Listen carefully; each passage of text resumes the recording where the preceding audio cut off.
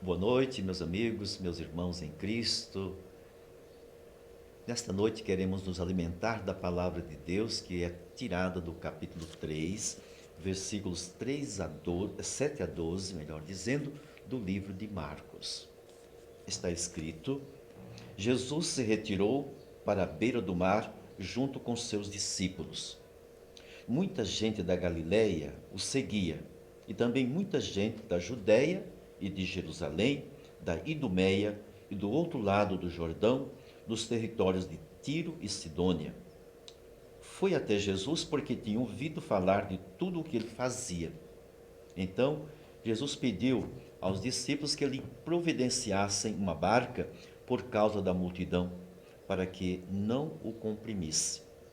Com efeito, Jesus tinha curado muitas pessoas e todos os que sofriam de qualquer mal jogavam-se sobre ele para tocá-lo. Vendo Jesus, os espíritos maus caíam aos seus pés, gritando: Tu és o Cristo, o Filho de Deus. Mas Jesus ordenava severamente para não dizerem quem ele era. Palavra da salvação. Dia 20 de janeiro. Nós estamos hoje celebrando a festa de um grande santo, lá do século IV, São Sebastião, um soldado romano, vivendo no tempo do imperador Diocleciano, um dos grandes, cruéis, desumanos, tiranos, perseguidor dos cristãos. Diocleciano, este nome é a verdadeira personalidade da maldade, né? Diabólica era essa pessoa, Diocleciano. Os fatos históricos que nos registram os anais da nossa igreja mostram quanta crueldade, quanta desumanidade operaram os imperadores romanos até o século IV contra a igreja.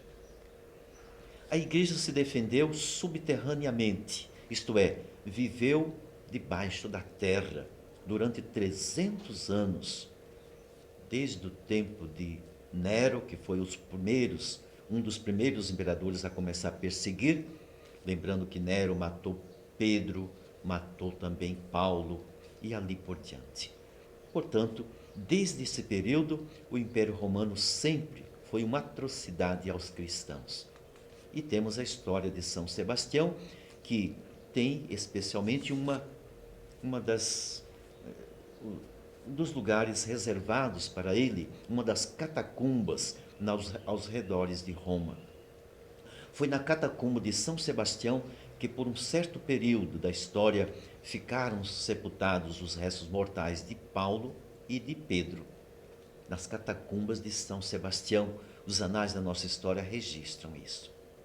Mas hoje, meditando sobre esta palavra de Deus que nos é oferecida, que nos ensina também esses fatos que Jesus está ensinando às margens do mar da Galileia.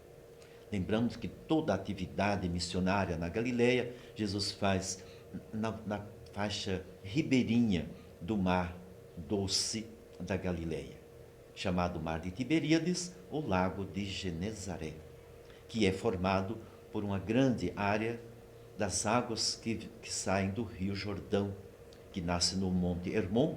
São as montanhas geladas, onde brotam as 7 fontes que alimentam o Rio Jordão.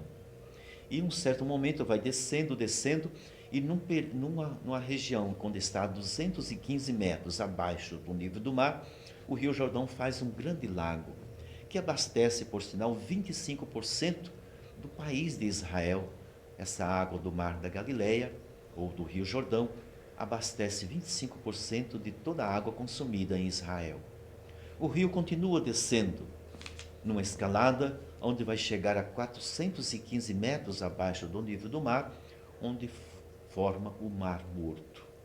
Vale a pena a gente conhecer a geografia e aqueles locais onde nós nos encontramos com o ponto final do Rio Jordão, no Mar Morto. E Jesus está ensinando ali. Veja que Jesus é uma pessoa que conhece perfeitamente a lei da física. Já pensou nisso? Com aquela multidão que está aqui à margem, nos barrancos da praia do Rio Jordão, esse barranco ali, na areia, o povo está ali, uma multidão, como é que ele vai falar ali diretamente com eles? Pega o barco, se distancia uns 10 metros ou mais da margem, e de dentro da água, Jesus fala a partir do barco para a multidão, ensinando tudo aquilo que Marcos diz, ensinava muitas coisas. E falando da água, não tinham ondas, não tinha vento muito forte, Jesus se faz compreender por todos os que estão ali, porque a água é um perfeito comunicador. A partir da água você comunica com facilidade para quem está em terra. Você já fez essa experiência aqui nas nossas marés, no nosso mar, na nossa praia?